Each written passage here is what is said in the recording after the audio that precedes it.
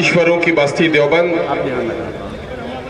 अजहर हिंद दारुल देवबंद की बस्ती देवबंद, हमारे उलमा व फजला शामली के शोहदा, रेशमी रुमाल तहरीक के शहदाइयों की बस्ती देवबंद के आज के इस इंतखाबी जलसे के सदर बावकार, हम सबों के मोहसिन व मुरब्बी आलिम दीन जनाब मौला मसूद मदनी साहब, MIM के बहुत ही जिम्मेदार, दयानतदार, हौसलामंद नौजवान उम्मीदवार, खानवादे मदनी के चश्मो चिराग अजीजी मौलाना उमेर मदनी साहब,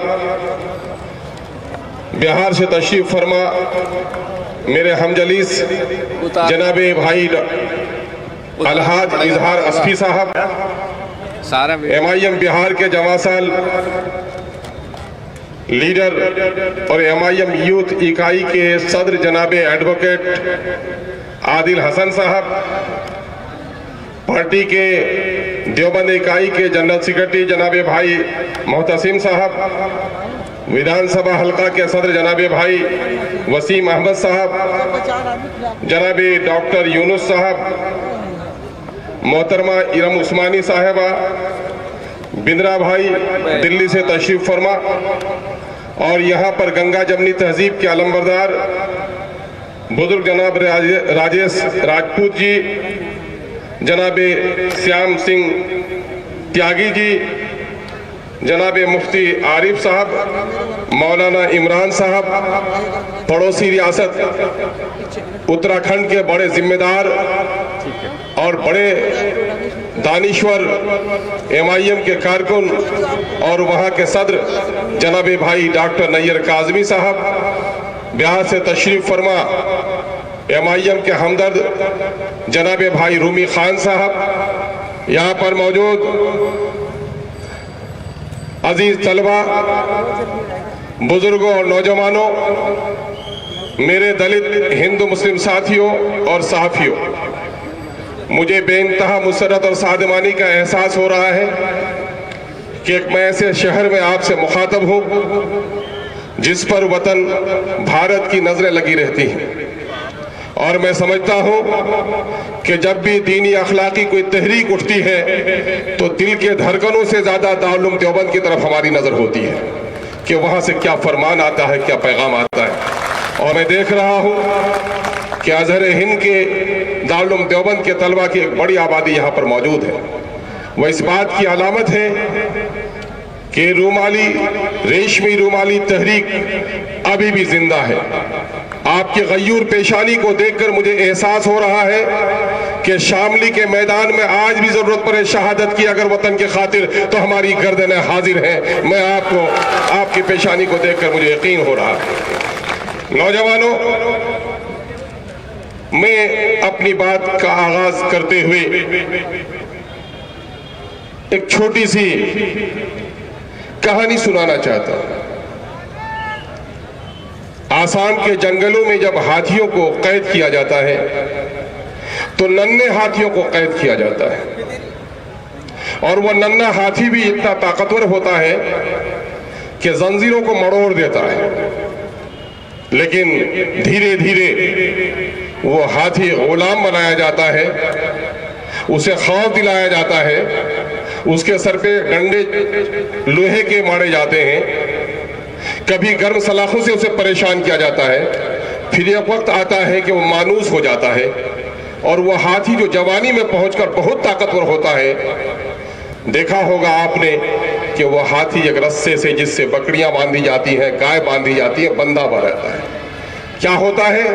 होता यह है कि बचपने में जो जंजीर नहीं तोड़ पाता है, जवानी में भी उसे एहसास होता है कि शायद अब वो जंजीर हम नहीं तोड़ पाएंगे। एक परिंदा जो बहुत दिनों तक कफस में रहता है और एक वक्त शिकारी उसे कफस के दरवाजे खोल देता है, परिंदा बाहर निकलता है। पहले तो वो कैदी बनाया गया था तो जंजीरों से लड़कर अपनी नाखूनों को नुकसान पहुंचा लिया था, लेकिन बरसों उस पिंजरे में रहने के बाद जब परिंदा बाहर जाता है तो बाहर की फिजा से घबरा कर फिर आकर कफस में दोबारा दाखिल हो जाता है।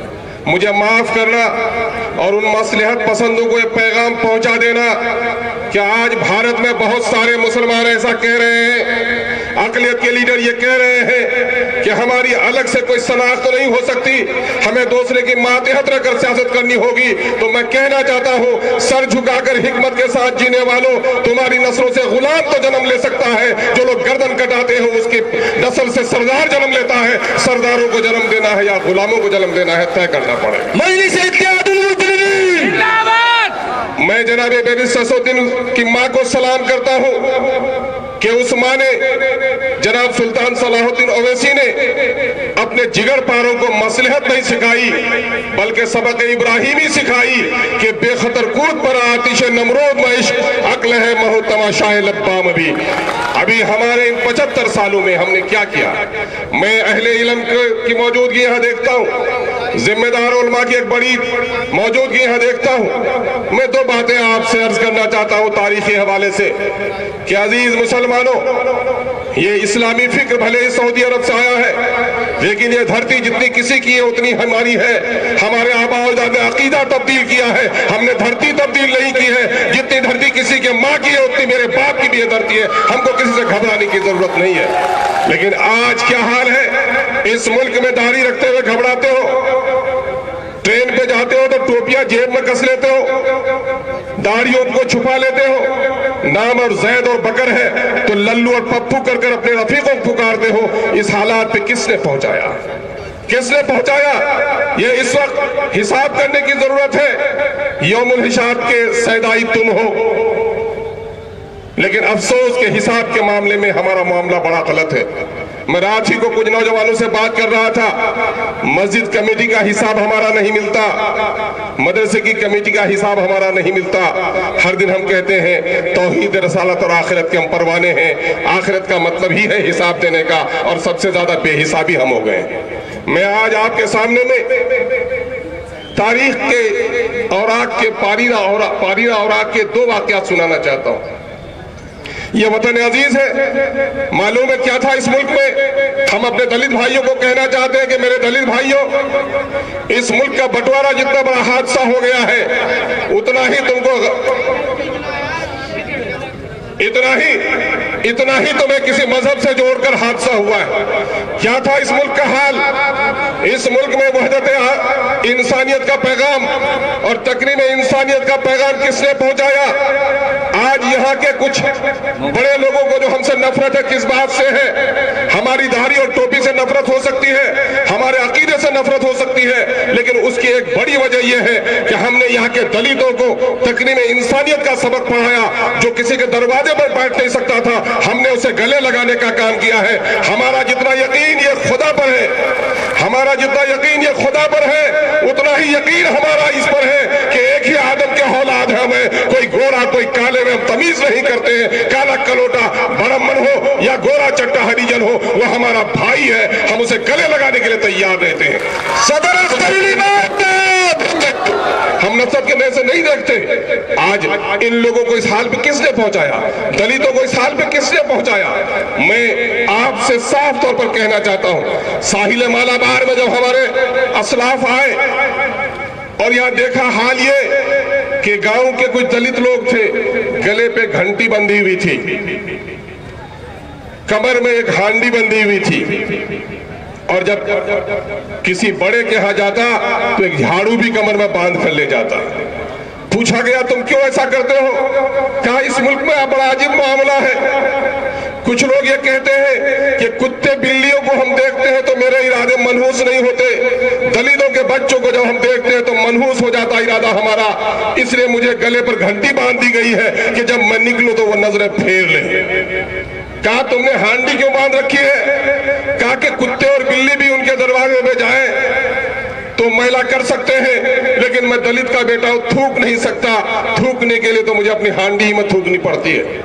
फिर कहा कि झाड़ू क्यों तुमने कमर में बांध रखी है? कहा कि झाड़ू इसलिए बांध रखी है कि वहां पर कुत्ते और बिल्ली के पांव के निशानात तो रह सकते हैं, लेकिन दलित के पांव के निशानात नहीं रह सकते। अपने झाड़ू से अपने पांव के निशानात को हम मिटाते हैं। कहा कि फिर क्या है तुम्हारा हाल? कहा कि जिस बर्तन को कुत्ते ने चाट लिया उस बर्तन में तो खाना खा सकते हैं, लेकिन दलित का बेटा जिसमें खाए तो उसमें वो खाना नहीं खा सकते हैं। अरब के हमारे असलाफ ने कहा आ मेरे गले लग जा, खजूर छुहारे में लाया हूं, मेरी दस्तरखान में बैठ, मेरे गिलास से पानी पी, तू भी आदम का बेटा है, मैं भी आदम का बेटा हूं। और यही पैगाम आया, यही पैगाम इस मुल्क में आया। तो उन लोगों ने, जिन लोगों ने इंसानों को गुलाम बना रखा था, जिन लोगों ने इंसानों के बच्चों को जानवरों के बच्चे से बदतरीन सलूक किया था, यही अभी महाराष्ट्र की धरती, पूना की बस्तियां गवाही देंगी कि बाबा भीमराव अंबेडकर को उस तालाब में जिसपे कुत्ता बिल्ली और गाय बैल नहाने के लिए इजाजत थी, दलित के बेटे को नहाने की इजाजत नहीं थी। ये इस्लाम का पैगाम रहमत है कि दलितों को इंसान होने का सबक अगर किसी ने सिखाया तो हमने सिखाने का काम किया है। हम ही से रंगे गुलिस्ता, हम ही से रंगे चमन, और हम ही को नज़्म गुलिस्ता पे इख्तियार नहीं। आज कहाँ हो गए? ये दौर था हमारे आबाओ अजदाद का, ये तारीखी वो हिस्सा था जब हमारे असलाफ ताजिर की हैसियत से इस मुल्क में आए। फिर एक दौर गुजरा, दूसरा दौर ये था कि इस मुल्क के राजे रजवारों ने मुल्क को टुकड़े टुकड़े में बांट रखा था और अपनी ताकत की बदौलत इंसानी बस्तियों पर जुल्म ढाता था। फिर उस वक्त हमारे लोगों ने इस मुल्क की खिदमत की, अंग्रेजों की तरह लूट कर नहीं भागे, बल्कि इस मुल्क को अपना मस्कन बनाया। टुकड़े टुकड़े के भारत को अगर किसी ने महान भारत बनाया तो आडवाणी के अब्बाजान नहीं थे, मोदी के अब्बाजान नहीं थे, औरंगजेब रहमतुल्लाह अलैह थे, जिसने टुकड़े टुकड़े के भारत को महान भारत बनाने का काम किया। फिर क्या हुआ? हुकूमत हमारे हाथों से निकल गई, चली गई। हुकूमत हमारे हाथों से निकलकर चली गई। किस वजह से गई? आज गौर करने की जरूरत है। हुकूमत इसलिए नहीं गई थी कि मस्जिद का मीनारा टूट गया था, हुकूमत इसलिए नहीं गई थी कि मंदिर का कलश टूट गया था, हुकूमत इसलिए चली गई थी कि हिंदू और मुसलमानों के आपसी मोहब्बत का खात्मा हो गया था। अंग्रेजों ने बड़ी चालाकी से हिंदू और मुसलमानों को लड़ा दिया और इस मुल्क पर कब्जा कर लिया। और फिर कब्जा ही नहीं किया, बल्कि गय्यूर नौजवानों, तारीख के इस वाक़े से भी वाकिफ होना चाहिए कि इस मुल्क में गंगा जमनी तहजीब की भी हिफाजत हमारे उलमा ने की है। क्या हुआ कि अंग्रेजों ने सिर्फ तसल्लुत कायम नहीं किया, ईस्ट इंडिया कंपनी से अपना कारोबार लेकर आगे नहीं बढ़ी, बल्कि धीरे धीरे ईसाइयों ने अपने मिशनरीज के जरिए से जदीद तालीम के नाम पर हमारे नौजवानों को अपने कॉलेजेस से जोड़ा और हिंदुओं के बेटों को ईसाई बनाना शुरू कर दिया, मुसलमान के बेटाइयों को भी लोभ दिया। और हमारे उलमा ने उसको क्या समझा कि बहुत देर तक अगर अंग्रेजों के मनूस कदम इस बस्ती में कायम रह गए तो हिंदू का बच्चा राम को भूल जाएगा, मुसलमान का बच्चा रहमान से बेनियाज हो जाएगा। राम भक्तों, अगर राम की रक्षा किसी ने की तो हमारे उलमा ने शहादत देकर इस मुल्क में अंग्रेजों को भगाने का काम किया है।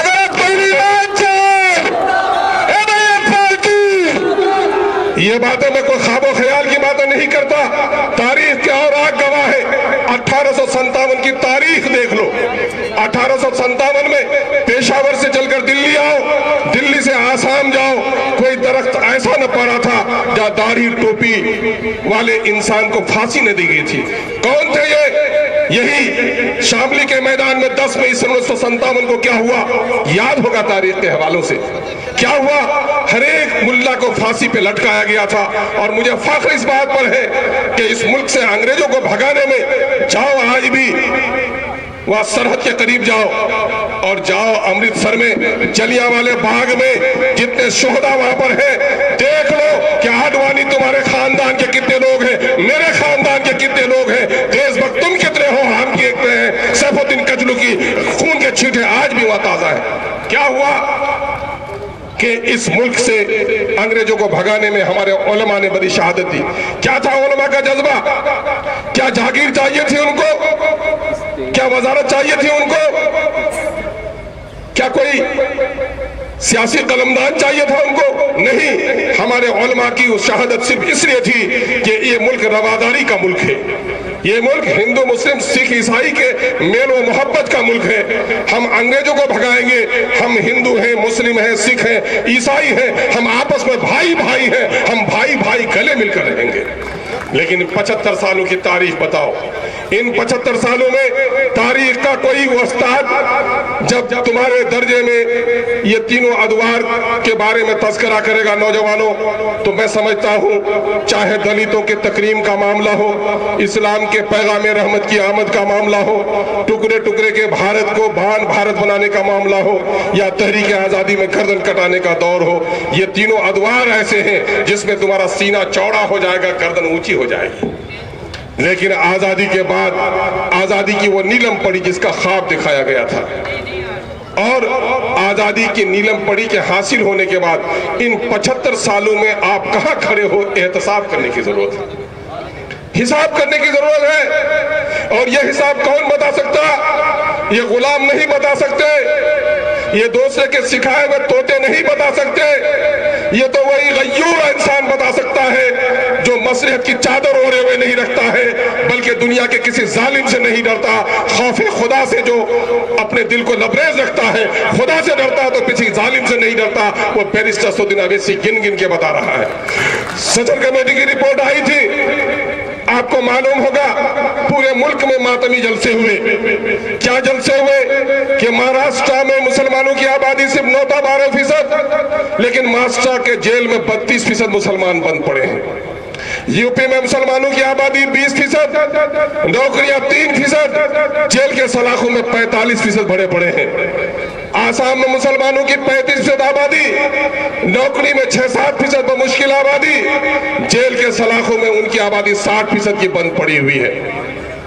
आंखें खोली लोगों ने, तुमने देखा नौजवानों कि बड़े फख्र के साथ कहते हो 100 में 15 हम हैं। दलित भाइयों की कुछ हक इसलिए हक की हिफाजत हो गई कि भीमराव अंबेडकर ने उनके लिए रिजर्वेशन का इंतजाम कर दिया था।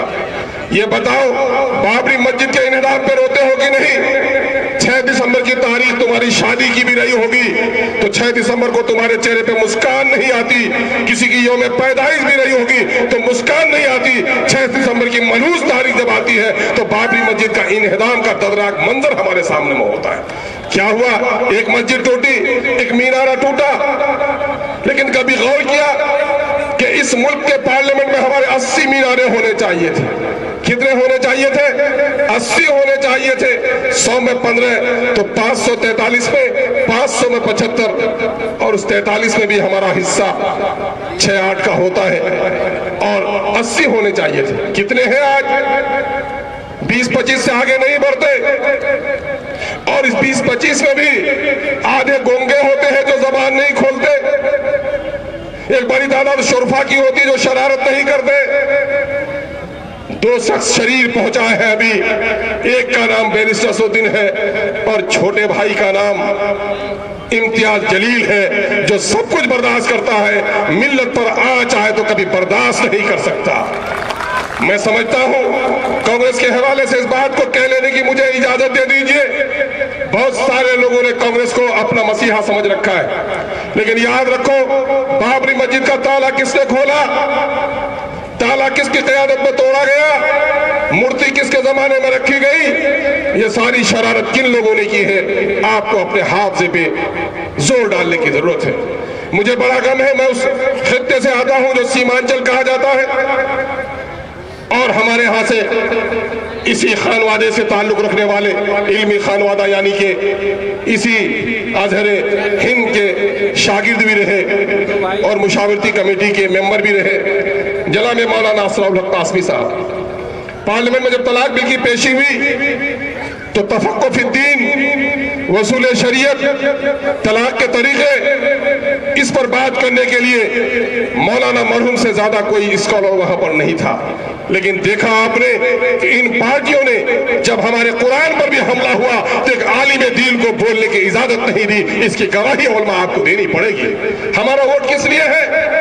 एमआईएम बात करती है अपनी क़यादत की। बहुत सारे दीवाने और पागल ये कहते हैं कि तू कैसे क़यादत करेगा? 15% की आबादी है, तू वजीर आजम बनेगा। 20% की आबादी है, तू यहाँ यूपी में वजीर आला बनेगा। मेरे लीडर का जनाब बैरिस्टर असदुद्दीन अवैसी का कहना है, नहीं नहीं नादानो, समझो क़यादत किसको कहते हैं?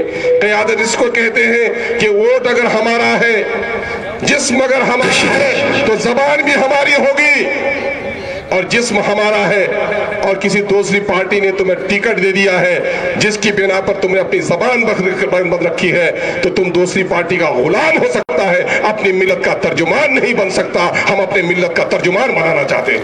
एमआईएम इसीलिए आई। आप खौफ में बने पड़े। नन्हे हाथी ने जंजीरें मरोड़ दी थी, जवान हाथी पागल हो जाए तो सिर्फ जंजीरों को मरोड़ता नहीं है, बड़े बड़े महलों को तोड़ देता है। और ये तोड़ने का सलीका सिखाने के लिए बैरिस्टर असदुद्दीन आपके पास आया है। मैं आपसे कहने के लिए आया हूं कि इस वक्त असेंबलियों में क्या हाल है।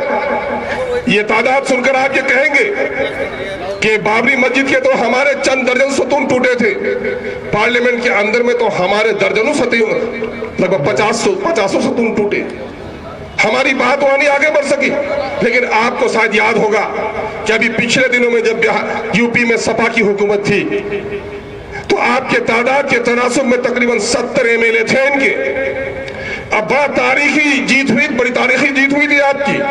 पूरे वतन में चर्चा था कि यूपी के लोगों ने बड़ा अच्छा फैसला किया है। यूपी के वजीर आला ने बड़ी हिकमत के साथ मिल्लत के लोगों को नुमाइंदगी का मौका दिया है। खुश हो गए थे आप। लेकिन तादाद पे मत जाइए, इस्तेदाद को देखिए कि तादाद आपकी 70 की थी। लेकिन मैं समझता हूं, मैं इस जगह से गुजरा हूं। मैं जब रात को गुजर के आ रहा था मुजफ्फरनगर से, तो मुजफ्फरनगर की सुनहरी तख्तियां लिखी हुई मिलती नहीं थी, देखता रहा था। और मैं तसव्वुरात की बस्ती में पहुंचकर अपने माओ बहनों की लूटी हुई इज्जत और इस्मत को देख रहा था। और जिस वक्त 70 की तादाद थी लखनऊ के असेंबली में, उस वक्त मुजफ्फरपुर में हमारी माओ की इस्मत लुट रही थी, बेटियों की इस्मत लुट रही थी, जवानों के सीनों पे गोलियां चलाई जा रही थी, हमारे इमलाक लूटे जा रहे थे। लेकिन इन लोगों को जबान खोलने की इजाजत नहीं मिलती थी। तो मेरे भाइयों, याद करो, क्या गुलामों को जिताओगे या अपने जिम्मेदारों को जिताओगे जो आपकी वकालत कर सके। ये फैसला आपको करना पड़ेगा। ये फैसला सीमांचल के लोगों ने किया है। मैं सीमांचल के लोगों का बड़ा मरहूर मिन्नत हूं। और मैं ऐसा भी नहीं हूं कि गलियों से उठकर आपको बातें सुना रहा हूं। इस ऐवान में रहने का मुझे मौका मिला है। मेरे तल्ख तजुर्बात इस मामले में है। मैंने सोकॉल्ड सेकुलर पार्टियों के साथ भी रहा और मैंने ये देखा 12 ऐसे मौके आए असेंबली में जब पार्टी के लोगों ने हमारा साथ नहीं दिया। हमने कहा एक अदद टिकट तुम्हारा और तो उसकी वजह से मैं तुम्हारी गुलामी करूंगा। मैं गुलामी नहीं कर सकता। याद होगा आपको, एक अदद टिकट के खातिर लोग, बहुत सारे लोगों की कदम बोसी भी करते हैं। अख्तरुल ईमान इसहाक साहब ने वक्त के हुक्मरान के टिकट को अपने जूतों तले दबा देने का काम किया, परवाह नहीं की। और हमने अपने नई राह निकाली। और फिर यही लोग, यही मसलहत पसंद लोग, पिंजरे में रहने वाले लोग, हाथियों के उसी नस्ल से ताल्लुक रखने वाले लोग, जो बचपन की कमजोरी को जवानी में भी समझते रहे, हमको बड़ा सबक पढ़ाया। अख्तर ईमान, तुमने क्या किया? तुम अच्छी पार्टी में थे, मकाम बड़ा था तुम्हारा। मैंने कहा ऐसे मकाम से क्या मतलब? बंदूक हाथ में हो, बहनों की इज्जत टूटे और बंदूक चलाने की इजाजत न मिले तो ऐसी बंदूक को फेंक देनी चाहिए। ऐसी पार्टी में रहूं जहां मेरे हुकूक पामान हो और मैं बात न कर सकूं, ऐसी पार्टी में रहने की कोई जरूरत नहीं। अपनी बस्ती बनाई। सीमांचल के लोगों को लाखों सलाम कि सीमांचल के लोगों ने एक मौका दिया और आज आपका 5 खादिम चुन करके बिहार के असेंबली में आया है।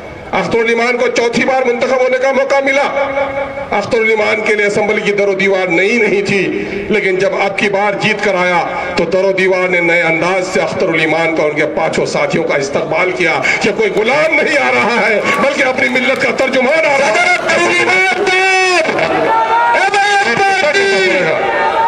आपको तय करना पड़ेगा।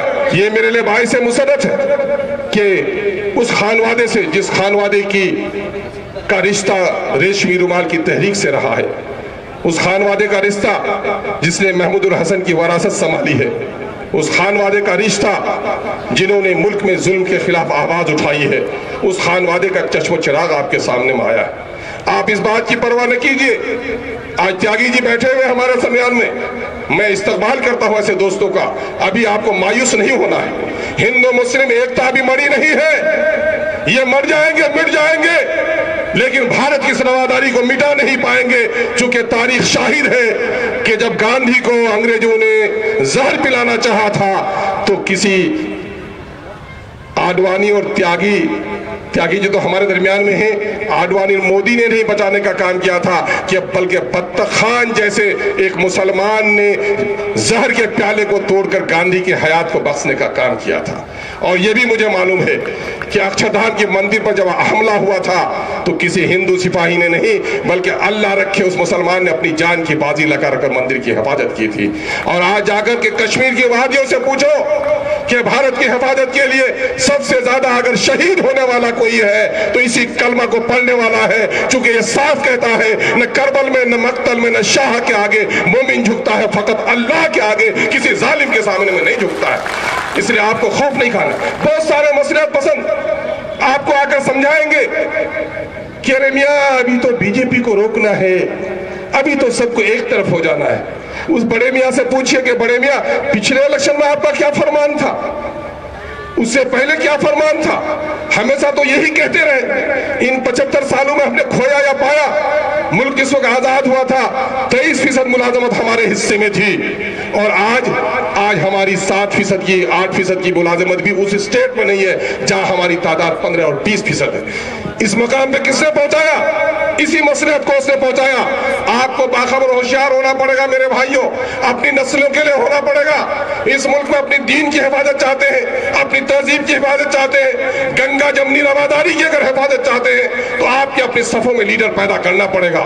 ये अल्लाह का बड़ा करम है, एक लंबे अरसे के बाद हमारे सफों में एक लीडर ने जन्म लिया है। और आपने गांव में देखा होगा एक औरत 10-12 साल तक बांझ हो जाती है तो बच्चे के लिए बड़ी बेकरार होती है। कभी पड़ोसन के बच्चे को गोद में लेती है, कभी कोई औरत भीख मांगने आए उसके गोद में बच्चा हो तो थोड़ी देर के लिए उस बच्चे को भी सहलाती है। लेकिन अगर 12 बरस के बाद उस औरत के आगोश में कोई बच्चा जन्म ले ले और वो बच्चा भी कोई काला कलोटा नहीं, माजूर नहीं, बल्कि चांद से भी ज्यादा खूबसूरत, तो क्या फिर वो पड़ोसन के बच्चे ही को वो औरत गोद में लेगी या अपने बच्चे को गोद में लेगी? बताओ। मैं समझता हूं अक्ल यही कहती है कि कितनी बदनसीब होगी वो औरत जो बाजपन में दूसरे के बच्चों को गोद लेती थी, आज अपने बच्चों को गोद लेने से कतराती है। मैं समझता हूं कि असदुद्दीन अवैसी मिल्लत के आगोश में, बाज आगोश में उसी हसीन औलाद की तरह है जो माँ गयूर है उसे गोद में लेगी, उसकी पेशानी चूमेगी, जो माँ पागल हो गई है वो उस बच्चे से दूर रहेगी। यही फैसला आपको करना है। और आज भी डरते हो? आज देख लो जमहूरियत में जो चीज की बड़ी अहमियत होती है, एक चीज की अहमियत होती है तादाद की। अगर आपके पास तादाद है, आवाज नहीं है तो महरूम रह जाओगे, और अगर आवाज लगाओगे पीछे तादाद नहीं होगी तो फिर बेवजन हो जाओगे। इसलिए अपनी तादाद के साथ साथ अपनी इस्तेदाद में इजाफा करो। बहुत सारे लोग कहेंगे अभी देखते हैं हवा किधर की है, अरे हम लोग तो ठीक थे लेकिन हवा उधर की हो गई है। मैं कहता हूं मेरे भाइयों, गैरत पैदा करो, गैरत। हवा में उड़ते हैं कौन सी चीजें? ये कागज के टुकड़े फेंके हुए, ये दरख्त के टूटे हुए पत्ते हवाओं में उड़ जाते, पत्थर नहीं उड़ता, ईंटें नहीं उड़ती।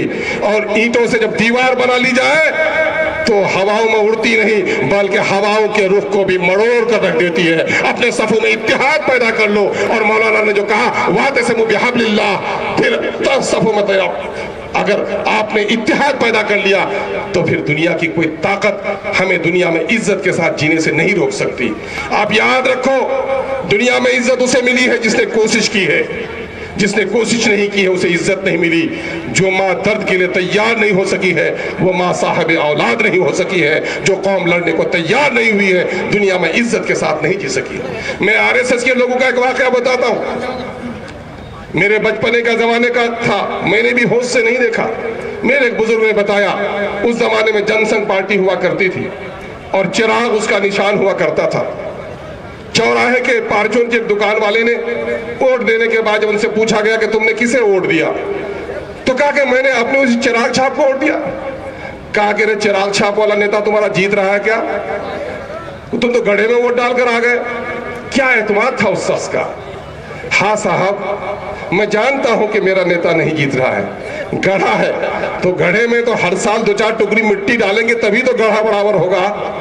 और सन 1970 का गढ़ा आज जमीन के बराबर नहीं हुआ बल्कि पहाड़ बन गया है। और जो आज से कई सौ साल पहले पहाड़ बना हुआ था, इंतशार की वजह से आज गढ़ा बन गया है। अपने गढ़े को भरो, अपना एक एक वोट पतंग के निशान पर ही नहीं, असुद्दीन की आवाज पर ही नहीं, बल्कि अपने नस्लों की तहफ़्फ़ुज़ के लिए, इस मुल्क में शरीयत की तहफ़्फ़ुज़ के लिए, इस मुल्क के आईन के तहफ़्फ़ुज़ के लिए, इस मुल्क की जंगा जमनी तहजीब की रवादारी को बरकरार रखने के लिए पतंग छाप कर देने का काम करो मेरे भाइयों। मैं एक बात आखिर में कह के जाऊंगा, इलेक्शन की आखिरी रात होगी, वो कत्ल गारतगिरी की रात होगी। बहुत सारे लोग अभी भी हमारे हैं जो दिल उनका न तन्हाई में मुलाकात करो तो यही कहता है कि साहब मैं तो MIM के साथ हूँ, अब्बू की वजह से जरा सा इधर रुका हुआ। मैं कह रहा हूं कि जवान बेटा अब्बू को नहीं संभाल सकता, अपने अब्बू को खातिर करो। हाँ, कुछ लोगों के अब्बू ऐसे हैं कि अब्बू भी दिल से चाहते हैं कि पतंग को वोट दें, लेकिन अब्बू के जेब में चूंकि कुछ गांधी घुस आए हैं, इसलिए अब्बू की नीयत बदल गई है। इसलिए मैं कहता हूं कि उनसे कहो अब्बा जान से कि अब्बा जान, जमीर फरोशी जुर्म है, दुख्तर फरोशी से भी ज्यादा। दुख्तर को बेचना तो जुर्म हो सकता है कि एक जिस्म बिक जाता है, अगर जमीर का सौदा किया तो पूरी मिल्लत बिक जाएगी, और मिल्लत फरोशी की किसी को इजाजत नहीं देनी चाहिए। उठिए, अपनी गैरत को आवाज दीजिए, अपनी बिखरी हुई ताकतों को मुत्तहिद कीजिए, असबियतों से ऊपर उठिए। अल्लाह के रसूल ने असबियतों को हराम करार दिया है। मैं दो बड़े आलिम दीन के गुफ्तगू के दो टुकड़े से अपनी गुफ्तगू का खात्मा करूंगा। मेरे इलाके में दो बड़े आलिम दीन आए, मौलाना काजी मुजाहिदुल इस्लाम कासमी साहब, जिस जमाने में वो मिल्ली काउंसिल की तहरीक चला रहे थे, मिल्लत के मसाइल को लेकर गली गली फिर रहे थे। उसने मुखातब करते हुए हमारी बस्ती में कहा था, ए मुसलमानों, मैं तुमसे मुखातब हूँ, मैं जानता हूँ कि तुम बैठकर दरूद सलाम पढ़ने वाले भी हो और खड़े होकर भी दरूद सलाम पढ़ने वाले भी हो। जब मैं तुम्हारे मसाइल की बात करता हूँ तुम सब गौर से सुनते हो, कुछ लोग रफ़ादैन भी करने वाले हो, कुछ लोग नहीं भी करने वाले हो, लेकिन यह याद तो रखो, जब मसाइल पर गुफ्तगू होती है तो तुम मुत्तहिद हो जाते, लेकिन जब इलेक्शन का जमाना आता तो बिखर क्यों जाते हो। तुम्हारी दुश्मनों की तलवारें जब निकलती हैं, वो नहीं देखती कि तू सुन्नी है, कि तू वहाबी है, कि तू साफई है, कि तू हम्बली है, तू सैयद है, कि तू पठान है, कि अंसारी, की सैफी है। कलमे की बुनियाद पर दुश्मन की तलवारें तुम्हें मुत्तहिद समझती हैं और तुम भी अपनी हिफाजत के लिए भी अपनी सफ़ों में इत्तेहाद पैदा नहीं कर सकते। एक दूसरा जुमला अहले सुन्नत वल जमात के एक बड़े बालिग नजर आलिम दीन ने हमारे हल्के में कहा, मौलाना उबैदुल्लाह खान आजमी ने, ए नादानो, इस बात पे लड़ते हो, अपनी सियासी सफ़ों को इस वजह से अलग कर लेते हो कि तहरीमा सीने पे बांधेगा कि जेरे नाप बांधेगा। अरे नादानो, तुम्हारी गर्दनें बचेगी तब तो तू तहरीमा बांधेगा। सियासत तुम्हारे गर्दनों के हिफाजत का हथियार है। अपने गर्दनों की हिफाजत के लिए अपने सफ़ों में इत्तेहाद पैदा कर लो। मैं उम्मीद करता हूँ कि जनाब बैरिस्टर असदुद्दीन ओवैसी साहब ने और जनाब अकबरुद्दीन ओवैसी साहब ने जिस माँ का दूध पिया है, उस माँ से निस्बत आपको भी है। अभी मैं सलाम करता हूँ दिल्ली की सरहद में बैठने वाले उन किसान आंदोलन के भाइयों का। 13 महीने तक बैठे और क्या कहा था, पहाड़ टल सकता है, मोदी नहीं टल सकता। और सिर्फ पहाड़ तो अपनी जगह पे कायम रहा, मोदी टला ही नहीं, बल्कि मोदी को उल्टी चाटने पर मजबूर होना पड़ा। कानून में संशोधन नहीं बल्कि कानून वापस करना पड़ा। जब किसी कौम में हिम्मत और हौसला पैदा हो जाए तो वो कौम अपना मकाम पैदा कर लेती है। 75 सालों तक आपने अक्ल का इस्तेमाल किया, एक बार इश्क का भी इस्तेमाल कीजिए। बेहतर है कि इश्क के साथ रहे पासबान अक्ल, लेकिन कभी कभी उसे तन्हा भी छोड़ दे। इस मरतबा इश्क का मुजाहरा कीजिए, अपना एक एक वोट मदनी खानदान के इस चश्मो चिराग के हाथ पर डालकर रेशमी रुमाल की तहरीक को तवानाई बख्शिए। हमारे बुजुर्गों की दुआएं हैं, हमें मालूम है कि दारुल देवबंद से दुआ आई है कि जहां असदुद्दीन ओवैसी का उम्मीदवार अच्छा हो वहां उनको भी वोट दिया जाए। मैं समझता हूं इस हल्के में इससे ज्यादा अच्छा उम्मीदवार कोई नहीं हो सकता है, इसलिए हमारे बुजुर्गों की भी दुआएं हमारे साथ है।